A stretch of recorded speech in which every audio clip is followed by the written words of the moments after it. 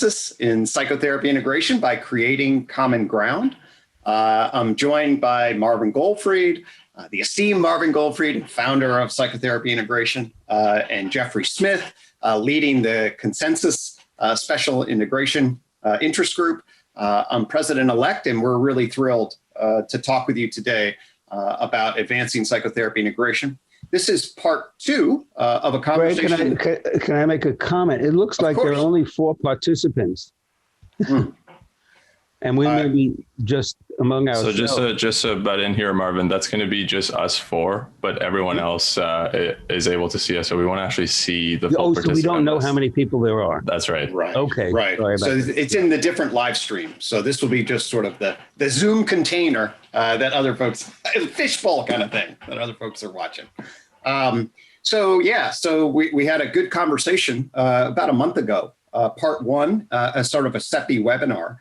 We were joined by Mike Mascolo, and he's actually the founder of Creating Common Ground. And we utilize that as a setup to set the stage for the conversation. However, Mike felt that there was already considerable common ground.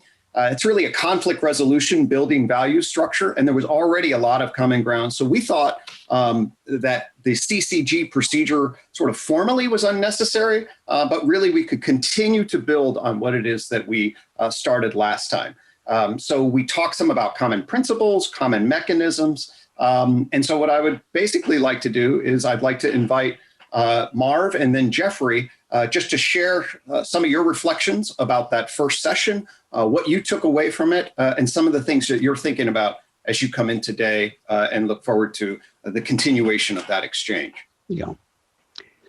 So as some of you know, I've been involved in integration for 40 plus years. And only relatively recently have I realized that we haven't asked the right question. We've gotten people together from different orientations to talk, not fight, to listen to each other, to learn from each other. I think that's all well and good, and it certainly has set the stage for where I think we are right now, namely to ask the question, on what can we agree? Right. I think that's a real important thing that has been brought home to me during this pandemic when, like I'm sure the rest of you, if you have a physical problem and you want to know more about it, you go online, you can read up, you can get a consensus by going to 2 or 3 reputable sites, and you know exactly what the problem is and how it could be treated. And we don't have that in the field of psychotherapy. And it just struck me, it is needed so much now more than ever. So I think we have to start working toward the question, on what can we agree? I think that's a great point. I would add to that there are foundational elements of agreement that we are definitely lacking. I think, though, that we would also be recognized that, like with the COVID, in many areas of medicine, especially new areas, there are, of course, huge amounts of disagreement. It is not like medicine and science have. So it's really about finding a core of agreement and then have flexible disagreement in the proper space. But if we don't have that core of agreement, we're not going to build cumulative knowledge. And I think that medicine, biology, physics, they have a core of agreement that we are lacking. That's what I'm definitely hearing as crucial. Jeffery, your thoughts that you're bringing in? Yeah. So I so much agree with Marv. The special interest group on convergence was really founded based on the idea that it was time for SEPI to move from exploration, which we've been doing for 40 years, to trying to build consensus. And so that was really the concept that led to that formation of that group, of which you, Greg, were part as well. And I think just listening to the things that you sent out, Greg, in preparation for this, one of the most remarkable things that's come out of that special interest group is the idea that we can narrow the definition of what psychotherapy seeks to treat. And that, I think, is it's something that we all agreed upon, and I think we don't think is very controversial. And yet this is an incredibly important advance, because as long as research is being done on DSM diagnoses, which were a mishmash of biology and psychology and whatever, we're having a really hard time getting any kind of specificity. So if we can agree that entrenched maladaptive patterns are the units of pathology that psychotherapy treats, then we have a really strong foundation from which to begin to build that kind of core. So I'm an enthusiast for thinking that by bringing in a little bit of outside science, we actually have the makings of the kind of core that Marv is talking about. Beautiful. Yeah, that was exactly some of my sentiment as well.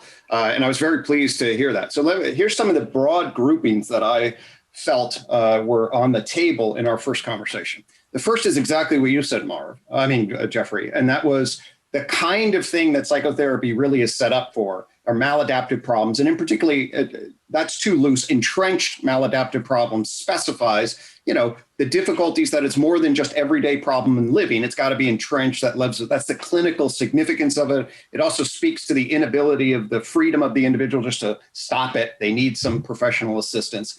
And the maladaptive pattern is different than like what a physician might treat in broken biology. So it gives a really health defining feature, why a health professional is necessary at the proper level of analysis. And if we look at all the different models, family systems, cognitive behavioral, psychodynamic, problems in relationships and habits and thinking styles that trap people and are distressing, that's very ubiquitous. So entrenched maladaptive problems as a kind of problem, seems like there's a huge amount of agreement there.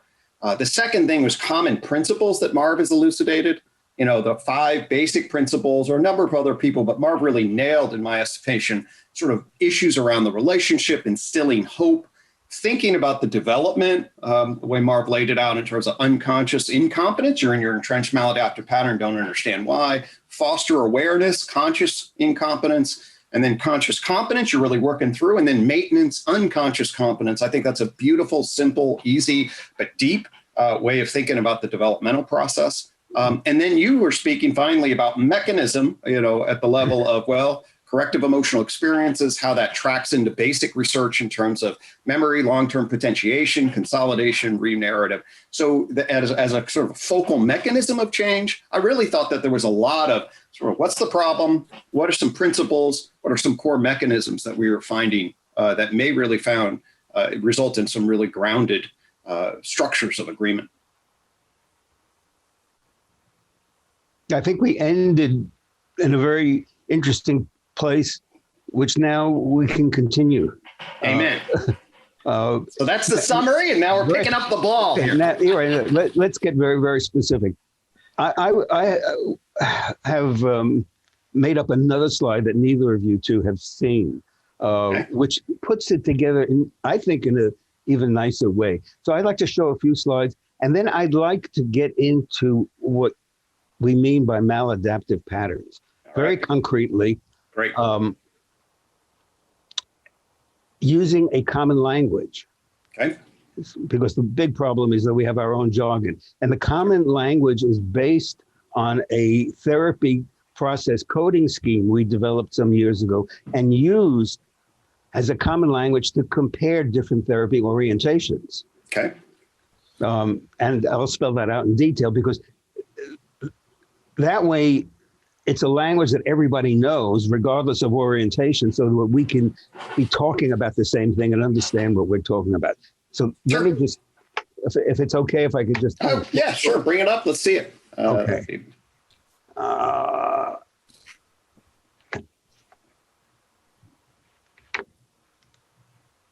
I'm not going to go through all of these. The notion of principles of change. Oh, no, this is stages of change that Gregg just mentioned. The person comes into therapy, their life is not working, they're not effective, but they don't know why. So we can label this as a stage of unconscious incompetence. So the next thing that happens is that the therapist tries to explain together with the client why this pattern, what these patterns are, and maybe where they came from and how they are creating problems. So they now become conscious of their incompetence. Next step is to take steps to change these maladaptive patterns so that they're more effective, and that the maintenance phase, the period of working through, which is a large proportion of what goes on in therapy, they practice. Okay, good. So now we have levels of abstraction for principles. And a principle is not a theoretical orientation. It's not a clinical procedure, but it's somewhere in between, like increasing awareness to help the person move from unconscious incompetence to conscious competence. So we have several principles. And these are principles that you could see in transcripts and in quotations from people of different orientations. And also, not only you see it in your own practice, and there are research data on it. So it comes out as a robust phenomenon, regardless of theoretical orientation, or regardless of whether you're seeing it clinically or empirically. And that is the expectation that therapy will help, the presence of an optimal therapy alliance, helping patients become better aware of themselves and their world, encouraging corrective experiences, and then facilitating ongoing reality testing. Putting this all together, so you see the 4 stages of awareness and competence. Okay. The principle of increasing awareness helps the client move from unconscious incompetence to conscious incompetence. They become aware, they step back, they use their metacognitive ability, they decenter, whatever label you want to use it, they use observing ego. This could be done specifically in different ways. It could be done by worksheets. It can be done verbally. It can be done by self-monitoring. Or if the person has good cognitive ability, they may be able to step back easily on their own and become aware. And then they move to the corrective experience. Yes, now that I know my maladaptive patterns of behavior or thinking or feeling, what do I then do? And that is to do something different, to become more consciously of doing something to break these patterns, to think in a certain way that's different, or react emotionally in a certain way, or behaviorally in a certain way that is less maladaptive. Good. And there's the ongoing reality testing, which is practice, and you'll become better at it. We don't always reach this stage, particularly if it's short-term therapy, but it's like, okay, what did you do this past week that was different? So this is toward the end of the therapy. Okay, so that's putting it together. Now, what are the patterns? And this is the acronym that we used in developing a coding system. The person is in a situation, they have a thought, they have an emotion, they want something, they have a response. The response has an impact and self-evaluation. Now, I'm not going to go into too much detail on this, but just let me give an illustration. What is cognitive therapy? Cognitive therapy is situation, thought, affect. In this situation, you have an emotion. What's the mediating thought? What is behavior therapy? There's a response and there's a consequence. What is cognitive behavior therapy? It's both focusing on the thought, the situation, thought, and emotion, and also the response and consequence, depending on the problem. So CBT is broader than cognitive therapy, and CBT is broader than behavior therapy. Another illustration, and this, this is a workshop type of thing that with more detail than we're going to go into here, obviously. But what is anticipatory anxiety? In a situation, it's a prediction, a thought.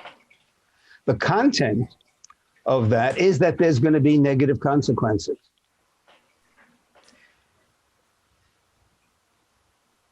The problem with anticipatory anxiety is it's often erroneous.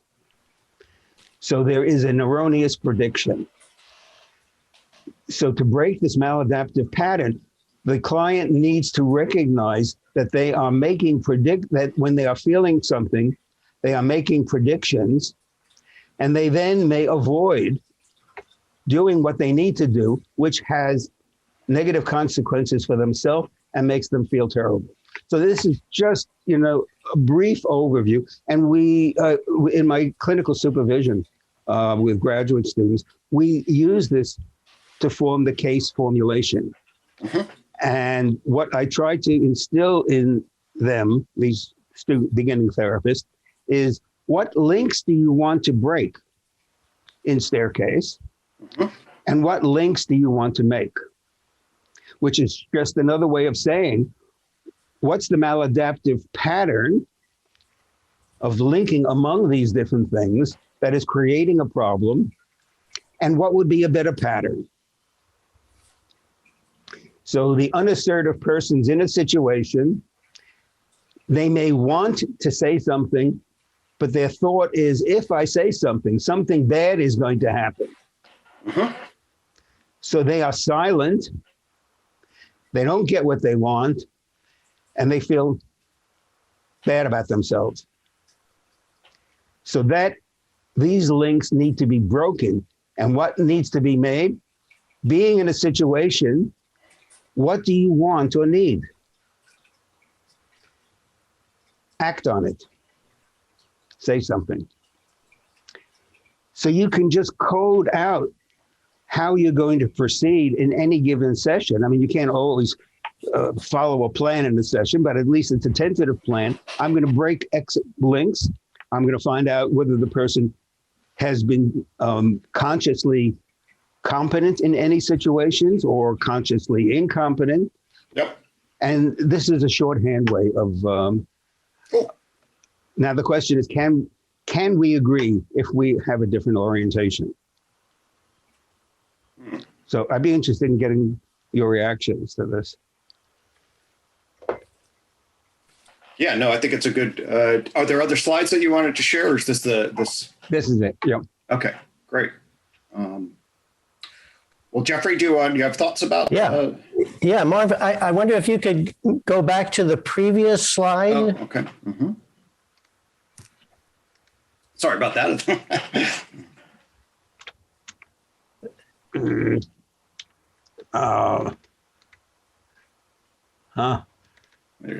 How do I do that? If you have arrows, then sometimes like on the bottom. Okay, which was it? The other stepwise, that one. Right. Yeah, brilliant. Okay. Yeah. And I think that the place, your last slide was kind of had a pretty strong stamp of a more cognitive kind of approach. Mm-hmm. That I think would be somewhat hard for our experiential and psychodynamic colleagues to embrace completely. But in this slide, the first part of it, the first step, increased awareness, is something that I think everybody is looking at. I agree. Mm-hmm. And I think we can really run with that one. I attended Richard Lane's present his mini workshop yesterday, that was focused on 3 different approaches to increased awareness and homing in on that. So I think that's where maybe we can go deeper in our discussion. And Gregg, I wonder if I could have my slides. Oh, did you email them to me? I did, yes. Okay, let me double check that. And I'll bring those up. Yeah. So there we are. Okay. Oh, great. Okay. Let me share my screen. I just need to bring them up, okay? Mm-hmm. And you just tell me when you want me to hit him, okay? Yeah. So go ahead. Yeah, great. Okay. Yep. Next one. Okay. Okay. So I think that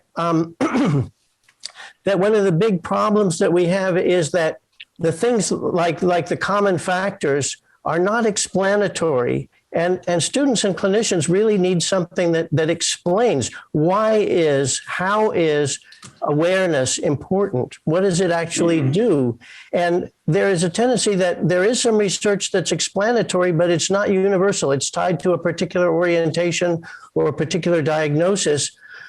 And, and the things that are universal, like common factors, are not explanatory. There's a lovely definition on the internet of theory. Quote, a supposition or a system of ideas intended to explain something, especially one based on general principles independent of the thing to be explained. And that's the problem that we've had in psychology, that the theories are generally self-referential. Right. But Jeffrey, can I interrupt a second? Yeah. Mm-hmm. Yes, you're correct. There's no theory there. Mm-hmm. And there's no theory there by design, because we're not going to get much consensus across theories. But we can say, yes, increasing awareness. Now the question becomes, what's the process there? And right. So let me take that and run with it, because I think I agree with you that within psychology, we can't. And the theories that have been elaborated they're beautiful. They're very nice. They say a whole lot. They're important to understand, but they're missing that explanatory core. And my take is that if we open ourselves to some outside science, not a whole lot, then we can find that core that does explain. So next slide. Let's see. So I'm looking at a kind of a pathway that we start with. What do we aim to treat? That is entrenched maladaptive patterns. From there, we go to what are their common characteristics, which include things like that they're purposeful. We learn that from evolution, that they're stored in memory. We know that from neurophysiology. And then we go to that neurophysiology is actually telling us that there are just three change mechanisms. One is new learning, which is, we all know about that.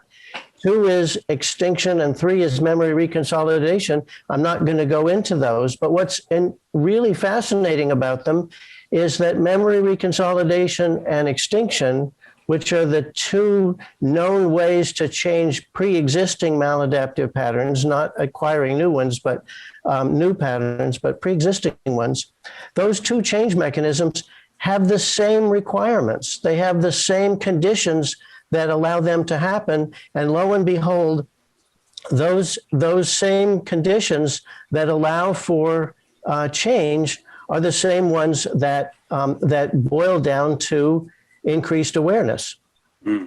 So next slide. Let's see, I think I'm going to skip this one. Okay. Skip this one. Okay. Skip this one. Oh, wait a minute, go back one. I'm sorry. Okay. So those two requirements are, one, activation of neural networks representing the old maladaptive pattern and that are associated with deep emotion. The emotion is necessary because it tells us that those things are active in the limbic system, which is where maladaptive patterns are triggered. And then exposure, and I don't mean exposure therapy here, I mean exposure to some new information that contradicts the old idea or schema or whatever it is that's generating the old maladaptive pattern. And I like to call that the antidote, for lack of a better word. Those two requirements add up to increased awareness. So next slide. Look, can we stay on this? Sure. Because I think this is very, very powerful. This is a core. Mm-hmm. When psychodynamic people talk about the timing of interpretations, I think it touches on this. The activation, and I think this is a shortcoming of the way many people do CBT nowadays, which I think does not involve the activation. It ties to so many different concepts.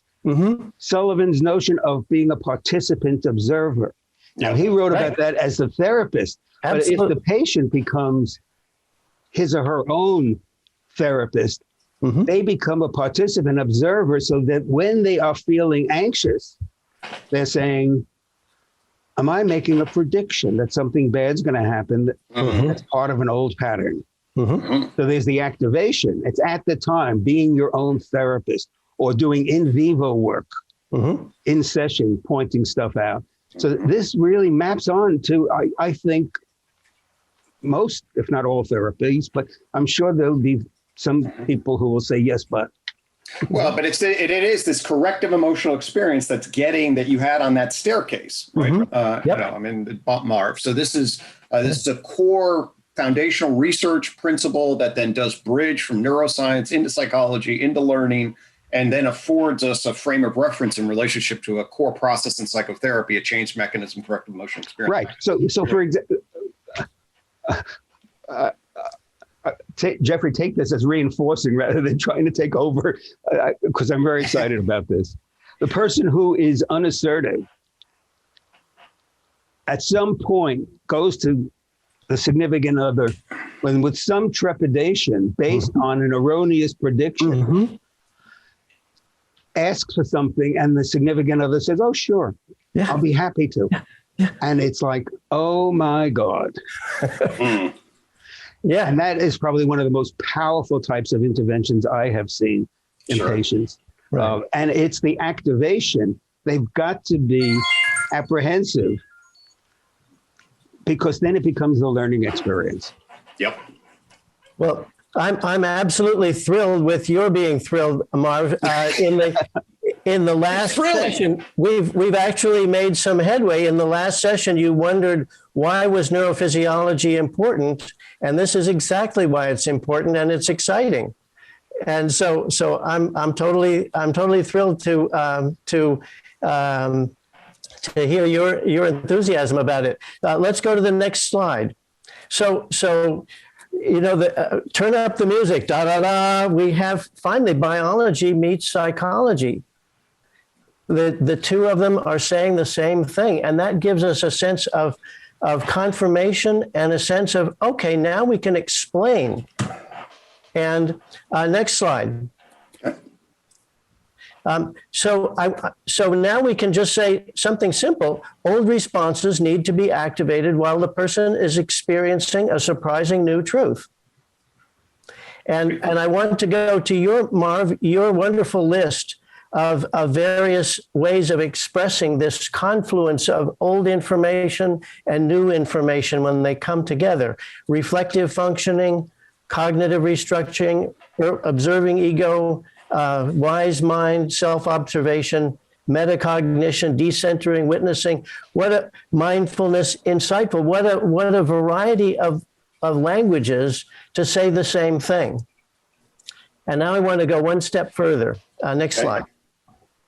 Okay, so in listening to Richard Lane's presentation, it was interesting that there were a number of different ways to approach, and they were saying that the key to this transformative process is increased awareness of affect.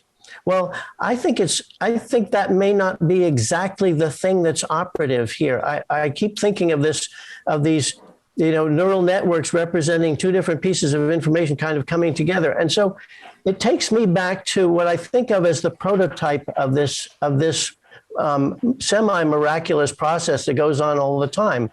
A toddler falls down, and the first thing they do, instead of crying, is they make eye contact with mom to figure out, is this serious or not? And mom gives a smile, and the toddler knows then that it's okay and receives an outside perspective. So the two kinds of information come together. Oh my gosh, I fell down, and oh, that's okay. And that's, to me, is the essence of this corrective emotional experience. And so if we're going to explain it, I think we need to explain in terms that are consistent with that prototypical experience. What happens is when we are in the midst of an entrenched maladaptive pattern, we're in trouble. And when we're in trouble, we lose perspective. We become focused on ourselves. We go into kind of an emergency mode. And that's the time when an outside perspective is what we need to get back to some kind of equanimity and clarity. And that's where the antidote comes in. So then that led me to thinking of some other examples. And a person with a cancer diagnosis, some people want to hear a nice, strong, reassuring voice, and that's what does it for them. Other people want to read all about the cancer and find out information. And then there's other people who really respond to a narrative. Well, here's what happened. You know, you led a really great life, and now we're in the last phase of your life, and you're going to live that in a beautiful way.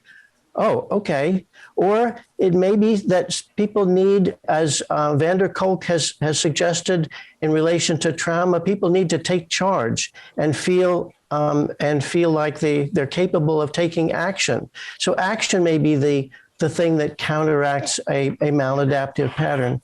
So where it led me to was in thinking, where are we going with this increased awareness? It may just be that different people take to different forms of increased awareness. Different antidotes work for different people. And so I think the argument has been, well, is a cognitive approach better than a transference-based approach? And, you know, I have a hunch that it really depends on factors that have more to do with the attachment style of the person, like which might determine whether they like to have information or a calming voice, and maybe the style of the therapist. So I think, yeah. I want to back up a little bit, please, because what you're saying, I think, is so very important and so neglected. I want to please do stand on it. Yeah, go for it. Double click on it. To use the modern term in the digital age, double click on that thing. Go ahead. Is that true? No, you're making fun. No, I'm serious. That's in my kids' circles, you double click on it to really open it up, open the window of conversation into that topic. Okay. Right. Anyway, so consider this a double click, a verbal double click, very low tech. Now I have to remember my point. Here's what we see all the time, and my supervisees are amazed by it. Somebody comes in, you tell them something, and they come back the next session, and it's like, yeah, I was able to become aware of this. They have incredible metacognitive ability, plus motivation. Another person comes in, and they just don't get it. So what you're talking about are individual differences, or we can call moderating variables, about which clinical trials and all the money for the past several decades says nothing about. Right. Because the research design is a group design, and you can pull out a moderator here or there. But we know as clinicians that some people have better metacognitive abilities than others. Some people need to be used visualized. Some people didn't. As clinicians see this all the time. Of course. Yeah. And this is where the research should go. Yeah. And I think it's been mistaken as an issue of which therapy is best. And I think it's not. It's really which therapy works for which person. Exactly. Right. Well, that goes back a long time, that claim. But the question is how to do it and find how to be anchored in the principles that are anchored in the research that afford the opportunity for individual cultivation, right? Yeah. And I think there's a very interesting avenue here that again has not been done, which is tying attachment style to the kind of antidote that the person needs. I think there may be some very interesting and powerful correlations there.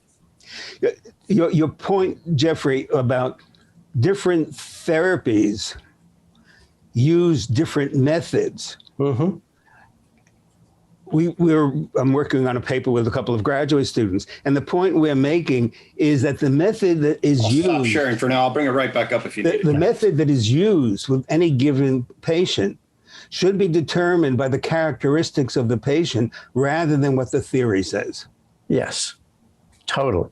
And clinicians know this for years. I mean, John Norcross has done surveys, for years, and Saul Garfield before that, about clinicians being eclectic or integrative. They see the clinical reality. Mm-hmm. Right. In my therapy, I'm every week my main activity is clinical psychotherapy, and I'm always trying to figure out how to express something, how to bring something to life for a person, and then they come in the next week and they said, I read this on YouTube, or I heard it on YouTube, and this all of a sudden makes sense. Yeah. Yep. Great. Was there any other things in that slide, Jeffrey, that you wanted? Yes, I have one more. Perfect. Okay. Shall I go to it? Yeah. So just for completeness, I mentioned those on the left, the basic change requirements: new learning, activation of the old with affect, and activation of new, the antidote.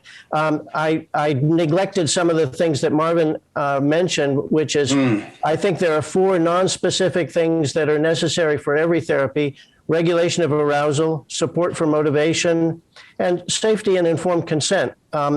Finally, a positive therapeutic relationship, which I think of as the Swiss Army knife, because if you go back over the previous 6 elements here, the therapeutic relationship is an important element in each of those 6 things. But I think with these kind of 7 elements, those are the things that are universal to every therapy. There isn't a therapy that doesn't include all 7 of those.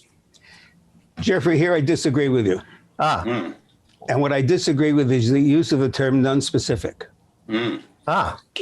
I go back,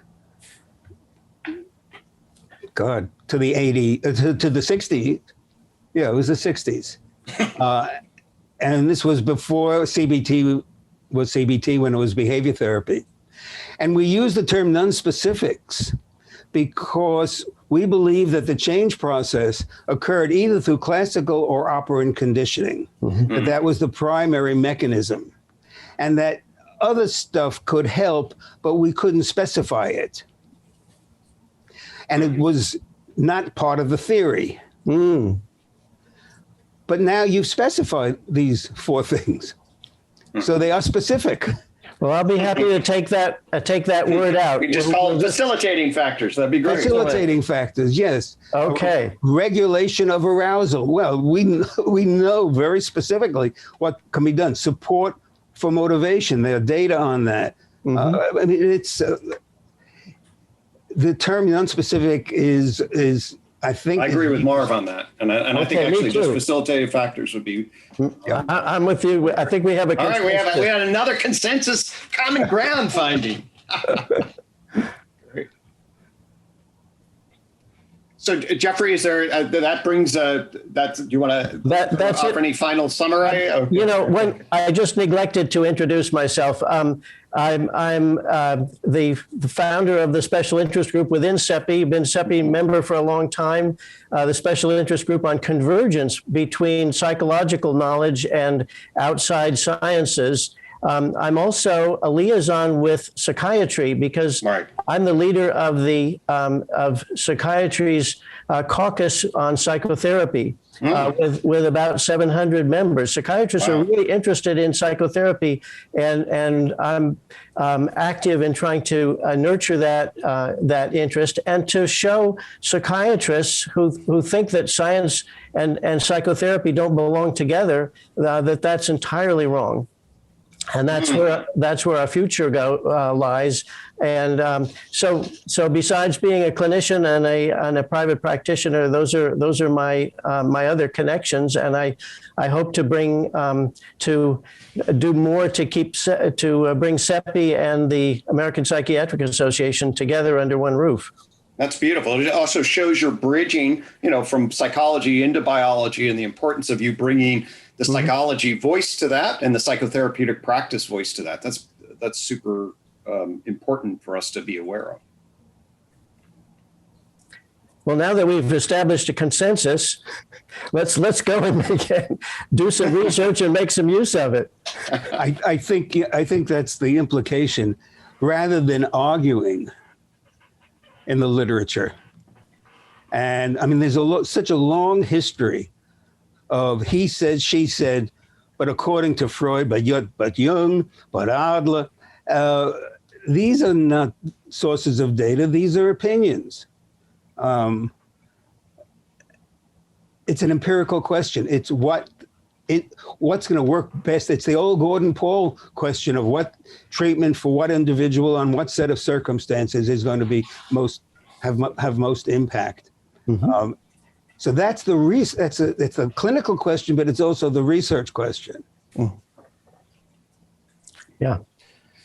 Yeah, I agree. Then this does bring us to a potential point of disagreement, and that is that I have a long-standing. I love this. Let's just summarize where we are in relationship to this, because I think that the identification of the kind of problem, entrenched maladaptive pattern, the identification of therapeutic principles, both of change and that foster the adaptive change process. Marv, that staircase, the first one you showed that intersected, the second one was definitely a little heavy on CBT. I think that Jeffrey picked up on that. I picked up on that. Well, I'm not so sure. Wait. We can talk about that. But. Well, but I want to make a point there. Okay. Some people have said that psychodynamic therapy is a therapy of meaning change in disguise. Okay. Mm-hmm. Well, so is cognitive therapy, and so is cognitive behavior therapy. Mm-hmm. It's the reflexive, and it doesn't have to be a conscious cognition or thought. It could be implicational. And we can get into details on there. People think, they say intellectually I know it, but emotionally I don't. Well, it's a knowing. So to change the situation thought link sometimes requires getting implicational meaning of what does it mean to you that your mother smiles? Or what does it mean to you that your significant other is not with you now? So is that CBT? Is that too cognitive, or is that psychodynamic? Well, I'll speak for myself in relation to if I were in my psychodynamic hat or my EFT hat in relationship to that model, it has very strong CBT flavors in its framing. I don't think that's a bad thing, but it echoes that from that perspective. So I would just say that. Then we can detail, if we want to get into it. To me, what I really wanted to emphasize was, if we're in the consolidating agreement phase, that first staircase popped for me with a degree of clarity and brilliance across consensus and on what we could agree that really was striking. And I just wanted to echo that and really say, hey, you actually consolidated a couple of themes there. And I think it also then placed Jeffrey's point about the consolidating mechanism and corrective emotional experience, network that. And then Jeffrey, you articulated the grounding in neuroscience and from biology to psychology and the nature of that mechanism. So there is definitely something to be written and held here at the level of principle and basic research that connects a number of threads. I agree. And I think that where the psychodynamic people might be able to swallow the last slide if they tried, I think the experiential ones would stylistically really not like it. The EFT and acceptance and commitment therapy people. So I agree with you, Greg, but I think that I agree that the one before is really, that has universality that I think could be appealing to everybody. But let me clarify a little bit on the point of disagreement among EFT people. The staircase is written out that way because it spells something. It doesn't necessarily mean that is the sequence. Right. So somebody can be in a situation and have an affect. Classical conditioning, the laws of classical conditioning have never been revoked, as far as I know. They still exist, even though people have become more cognitive. So we know that people have immediate reactions to certain situations, but then the meaning of them needs some cognition. And Les Greenberg wouldn't disagree with this. the primacy may be an emotional reaction in the situation, but there needs to be some awareness to change the emotion. That's a very interesting question. And is the awareness necessary because there's something special about awareness and intentionality? Or is the awareness important because it's our clinical indication that the right circuits are active in the limbic system? Or to translate it into other terms, meaning involves emotional cognitive links, connections. Yeah. So in order to get at the meaning, it's not just the emotion, but it's an awareness about something. Right. That's where accurate empathy is such a wonderful term, because it really brings those two together.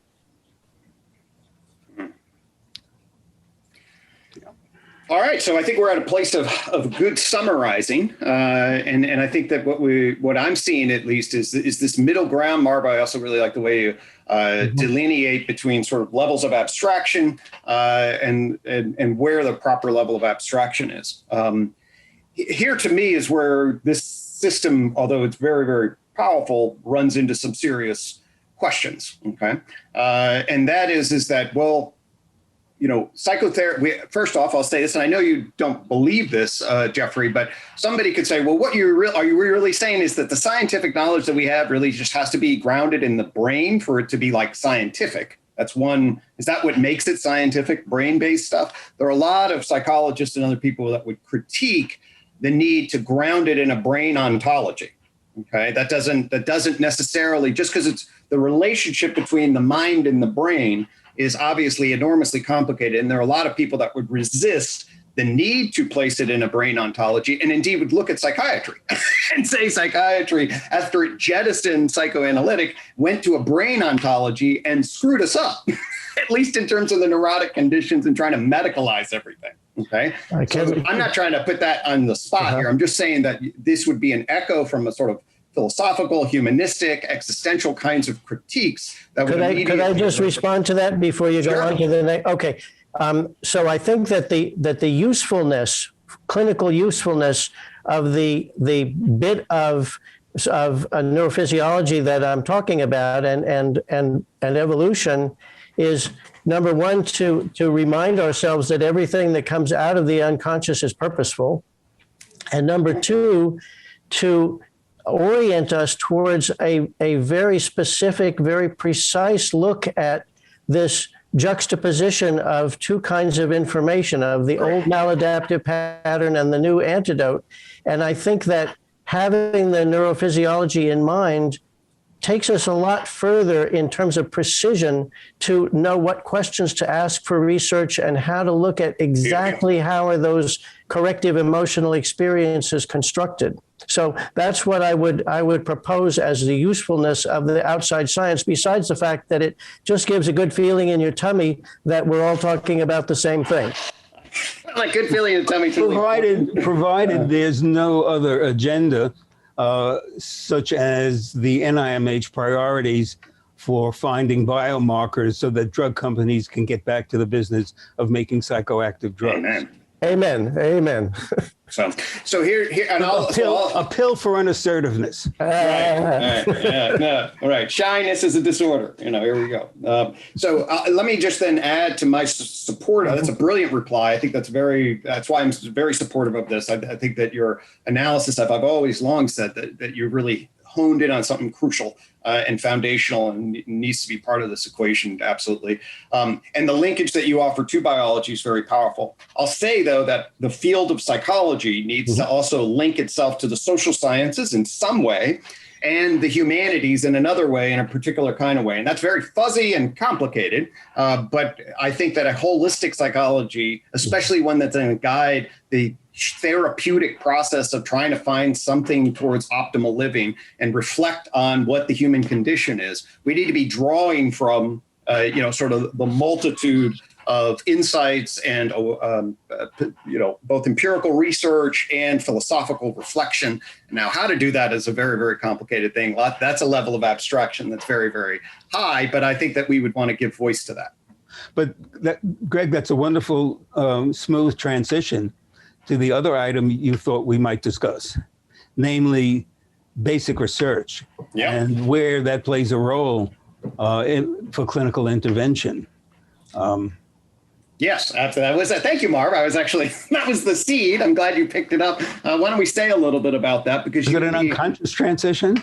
Well, it's a quasi-conscious, that's now conscious for everybody. Hopefully you can do it competently. I'm glad I increased your awareness. I appreciate that. Yeah. So you made a comment about basic research around attribution and other kinds of things, your own impressions about the importance of basic psychological research. Can you sort of repeat that for folks that didn't see the first? Sure. Yeah.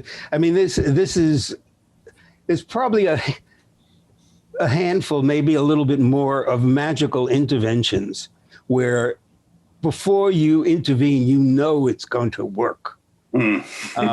And one of those is a reattribution of motive. So many interpersonal problems exist because the receiver of an action, or let's say individual A and individual B.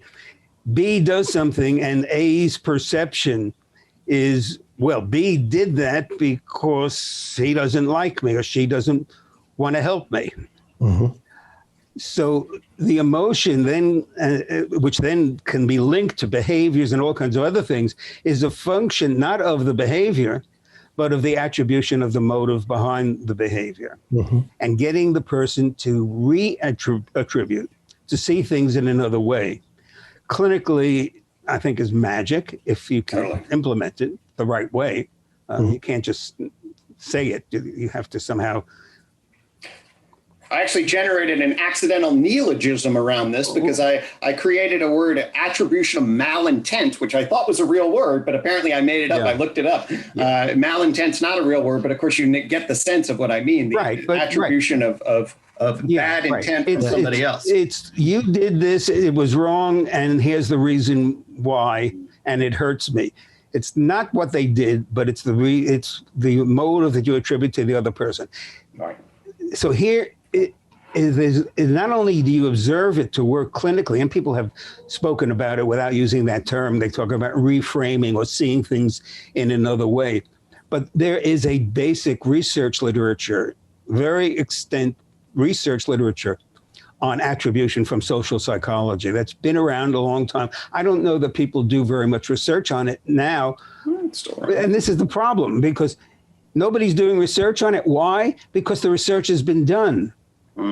And the problem of dissemination of information is that sometimes we are more enamored of what's new and we've totally forgotten or don't use what's old.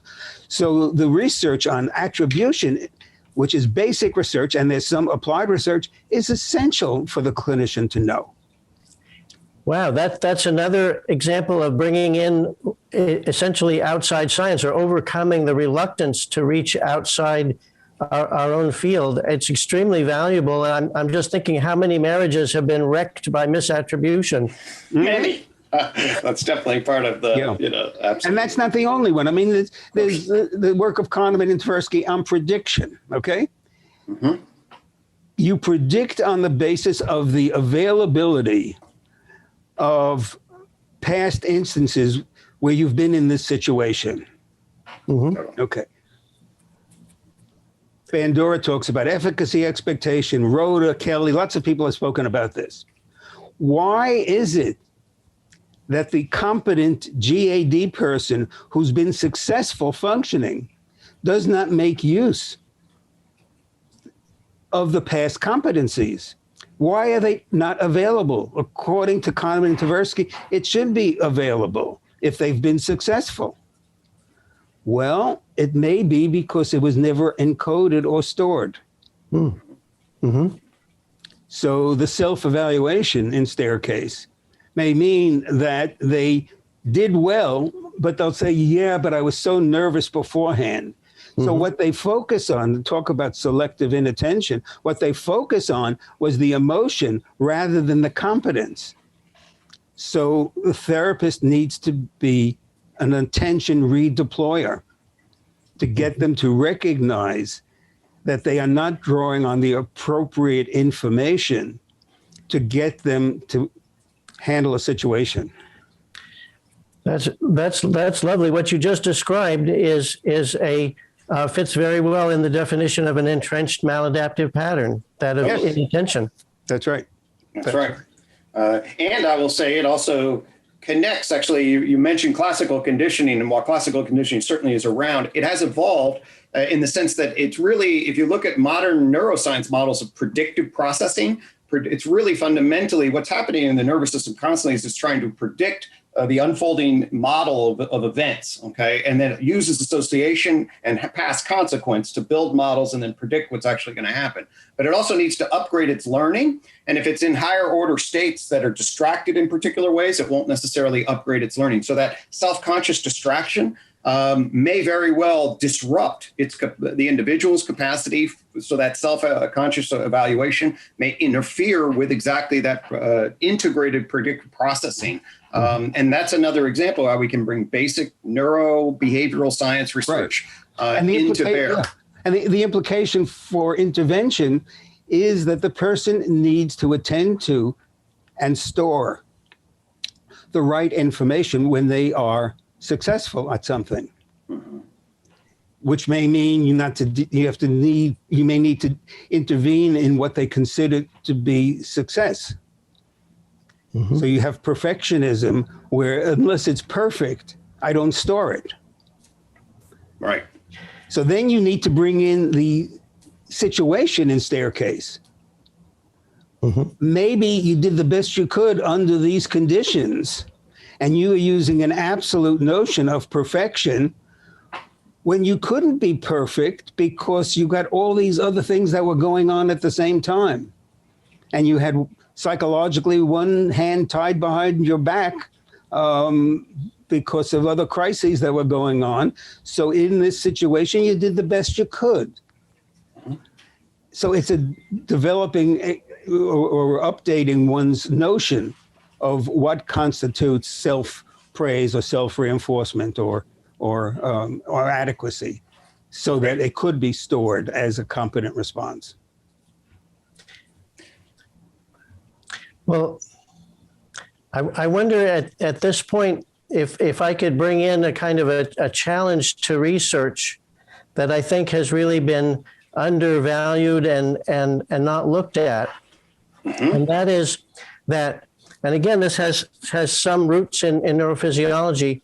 There's one common set of emotions that seem to originate in the cortex, not in the limbic system, and that is shame, guilt, and pride. And from my point of view, it looks like the conscience is the source of those things, that those emotions come as a result of judgments based on values, attitudes, ideals, prohibitions, and so on. And my impression is from working with patients that those things are much harder to change than other mental contents. Likes and dislikes or schemas about how life works, those are relatively easy to change. But values are really hard. And I think that since the 60s, we've been so reluctant to talk about values or conscience or good and evil or superego even, oh my gosh, it's been neglected. And I think that research has tended to lump values together with other mental contents. And I think it's high time that we at least open the possibility, at least explore the question of whether the approach to helping people change inappropriate values, like the low self-esteem that people have who've been traumatized, that we need to take a hard look at that and ask ourselves, is that really different, and why is it different, and what is required to help people make changes in those very deeply entrenched aspects of the self? Well, that's certainly, I mean, to me, basically, that bridges a number of different elements. I mean, certainly you contextualize it in terms of, hey, shame, guilt, this is a problem. What about low self-esteem? And then that opens up another can of worms that psychotherapy has to deal with. I always have argued that it's a value-laden enterprise. Mm-hmm. The psychotherapy is a value-laden enterprise. To justify the changes that we want to see, you have to want to see what ought to be. Mm-hmm. We have to have a model of what is optimal functioning, what is good and bad in relationship to that. That is not an empirical. You can utilize empirical arguments once you establish your values to say this would lead to this consequence, but you do not use the empirical argument to say what you believe to be good in relation. I think Skinner would take issue with that. Well, we can then dialogue about Skinner's frame of reference. Yeah, let's talk about reinforcement history and certain things being reinforced and. Well, Skinner's epistemology takes you beyond dignity and goodness in a particular way. And many people then would say, that's deeply problematic across a whole host of different domains. Well, you made a point a little earlier, Greg, about the neurophysiology that Jeffrey was talking about. And I think, the way you're presenting it, Jeffrey, I have no issue. I love it. It's when it's indicated as being the cause. Yeah. As the correlate. Yeah. People do research on brain changes as a function of therapy or something else, or as a function of learning, and say, oh, look, the brain has changed. How exciting. No. What would be more exciting is if the brain didn't change. That would be fascinating. Yeah. So where is the learning stored if not in the brain? Right. That's my reaction exactly. I completely agree with you, Marv. Yeah. And then getting back to the point that we were transitioning into, Greg, of basic research. Mm-hmm. I think that the past few generations of therapists have been led to believe that the only evidence that exists are evidence from clinical trials. Yep. And my feeling is that clinical trials do not inform me at all about what to do clinically. Mm-hmm. I agree. It's process research, it's basic research. Right. And clinical trials and I can get into a long rant about my feelings about clinical trials. But in the 90s, Barry Wolf and I wrote a couple of papers, one in American Psychologist, one in JCCP. Barry had just retired from over 20 years as a staff member of the NIMH. He was a staff person that dealt with my grants, my research grants. And we both argued that clinical trials with DSM disorders was a move in the wrong direction. Mm-hmm. So 30 years and billions of dollars later, there's some awareness. But some people say clinical trial is the gold standard. Well, I think between us and many, many SEPI members, probably the vast majority of SEPI members, we totally agree. Right. And maybe we should just be clear about why. At least I'll give you my justification and then you can see. So the actual work is in the real with a real individual in a therapeutic relationship. So you have the specificity of the individual, that you're a particular therapist with a particular problem. Okay. In order to, a scientific epistemology with the randomized controlled clinical trial, people says we need clarity about causation. And we need to mirror what medicine did to identify disorders, identify interventions that can be distributed with empirical effectiveness. So the variables become defined disorders with defined interventions, with defined outcomes where everything else is error. I mean, but then that tries to create a complicated algorithm for a complex dynamic idiographic process.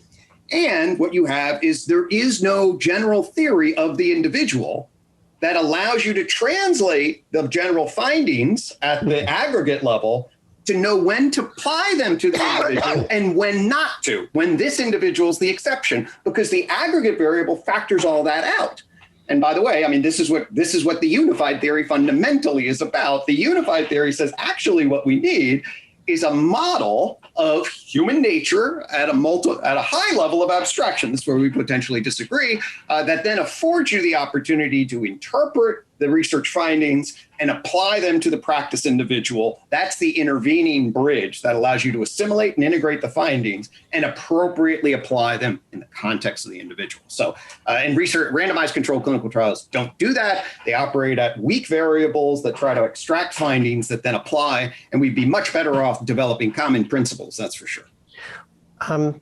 So Gregg, the idea of a universal theory of human nature is a little bit up there, but I can think of two elements that maybe are kind of converging and are helpful. One is if we listen to evolution, and I'm just going to throw in here that Freud mentions Darwin once in his entire writings. And the mention of Darwin is to make the point that science takes a long time to integrate new ideas. True. Yeah. So integrating what evolution says is that what the brain produces is purposeful, and it's evolved for the purpose of taking advantage of opportunities and avoiding threats. And I think that's a very helpful unifying principle that at least gives us a boost in understanding what human nature is about. I was very influenced by evolutionary psychology when I stumbled into this problem. I found I entered and listened to all the schools of thought and was like, wow, they all have these cool insights, but it's clear that the best of the best get the best outcomes. And I want to be able to know how to apply the best of the best in the right circumstance with the right individual to get the maximized effect. That's what I was interested in. And I wanted a system of understanding that would afford me that. And evolutionary psychology is actually the first place I turned. And realize that actually grounding ourselves as biological organisms that have evolved over time is a very, very important frame of reference. At the same time, we live in a culture, person, plane of existence, and we justify our actions and we do all this stuff and we follow policies that have, they're pretty far away from evolution. And what are we going to reduce ourselves to becomes a very, very complicated question. I have my own frame of reference about how to make sense out of first how we have to think about biological life. And then when we think about animal minds, and then we think about human persons and how we justify and how science can put these three levels together. And if you see the world through these three levels, then you also appreciate the difference between the individual and scientific generalizations, then actually a map does emerge. I know it sounds grandiose at some level, but there is a map that does emerge. I agree. I want to mention one other thing that I think also can contribute to that, and that is the idea we talked about at the beginning of entrenched maladaptive patterns as units of pathology, so that we get away from the DSM version of kind of collections of symptoms, and we can look at individual ones like the one that Marv brought up of not recording results of an experience for some particular reason. That's an entrenched maladaptive pattern. It's very specific. It's a small unit, and I think we can do a lot better in understanding and researching and examining and figuring out how to treat a small unit as opposed to a big amorphous collection of symptoms. Yeah. No, that's exactly my sentiment. As you were talking, Gregg, about your wonderful theoretical notions and the excitement and the complexity, and while you're having such a great time with that, I'm thinking, would a supervisee want to hear this? Or would they want to know? I've been directing a program for, since 2003, and the combined integrated doctoral program does, I've been training people for 17 years. Some of them get a little obsessed with my sort of. Yeah, they want to know what Jeffery. Absolutely, and they do. They benefit tremendously. So that she or he can pay attention to the fact that they're competent. Totally. And I teach them that there are basically 5 systems of adaptation. You learn about habits and lifestyles. Okay, so how do you adapt in your habits and your lifestyles? You learn about emotions and emotional functioning. You learn about relationships. You learn about coping and defenses, and you learn about justifications and belief. And those are 5 systems of adaptation. And you put the human structure of adjusting to the environment and based on your history, trying to afford what your future sees, and then how do you get trapped in maladaptive cycles across those 5 systems adaptation. Okay, and then the supervisor, he says, that sounds nice, but how am I going to get my patient to stop being so self-critical? Totally. And that the whole system's got very clear, basically you cultivate psychological mindfulness. So they foster awareness, accept what they can't change in a particular way, and then cultivate active adaptive processes. In fact, there's a whole That's very good. Easy If system you can for let me know how you can develop it, what method to use to facilitate acceptance, I'd really be interested. Well, right. There's a COM-MO approach that I can absolutely talk to. It's not easy, of course, that we have to teach people that actually acceptance. Yeah. But mindfulness. This is good. This is good because it fits into a lot of what we're talking about. A lot of people that we see are anxious or depressed. And a lot of it has to do with their attitude toward themselves, their predictions to the future, their regrets about the past. What does mindfulness teach them to do? Be in the now. Don't think about regrets. Don't predict horrible things that are going to happen in the future. Focus on now. Gee, what a nice vacation to have. And that provides a corrective emotional experience. I can really calm myself down by stopping this chatter. Absolutely. I think it's not presented that way. I think this is where what we're developing here, what we're all kind of enthusiastic about, is that we have a basic foundational consensus, but we realize that there are many different ways of thinking about it. There are different ways of approaching. There are different ways of teaching, and so on. And I think we need to embrace the fact that all of those really are helpful. And what we need to, more than anything else to do, is to break open the silos that have contained all of those wonderful ways of thinking and techniques, and be open to learning from each other from day to day. Yeah, and I think as we have about 4 minutes left, so I want to be aware of our time, and just so we can start to. I think it's been a really fascinating discussion. I want to build up on what Jeffrey said, and there's a very important dialectic, a positive opponent process dialectic between consensus and unity on the one hand. So what can we agree on that we can integrate around? And we also always need divergence of opinion, pluralism, diversity around various elements. And I think finding where we need agreement, and Marv, I think you really led, through the whole process of psychotherapy exploration, then get to the point of getting a core of agreement at the right level of principle. Now we're starting talking, well, what are the problems? Entrenched maladaptive patterns, and we have these sort of basic principles that people can get organized around, change processes and mechanisms. This does afford, as far as I'm concerned, a real emerging. Well, it's a wonderful commercial for SEPI. But SEPI is really designed to change these long-standing maladaptive ways of thinking among therapists, that their way is the correct way. And it's very, very hard to change and to give up, because there's an identity involved. I'm a Sullivanian. I am a Freudian. I am a Beckian. Absolutely. And I think we need people need those kinds of frames to enter the field very often. There's an institution for them. But there is, I think, the vision that we're offering here starts to say, well, maybe down the road we can transcend that and be actually grounded. I think the hope is with people who are entering the field.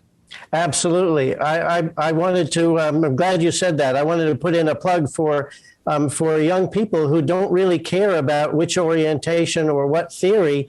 They want to know how it works and what to do. And they are at an exciting point in the field, because we're proliferating all kinds of different types of therapies with their acronyms of DBT, CT, CBT, CBASP, the vegetable soup of the alphabet soup of psychotherapy.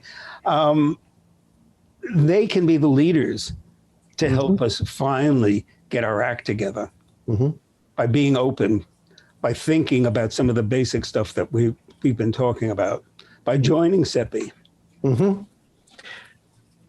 Yes, and I think if there is this common core of consensual agreement with appreciation for pluralism in relationship to that is a cumulative process that can really grow and transform and give rise to a much healthier, deeper, richer field in the future.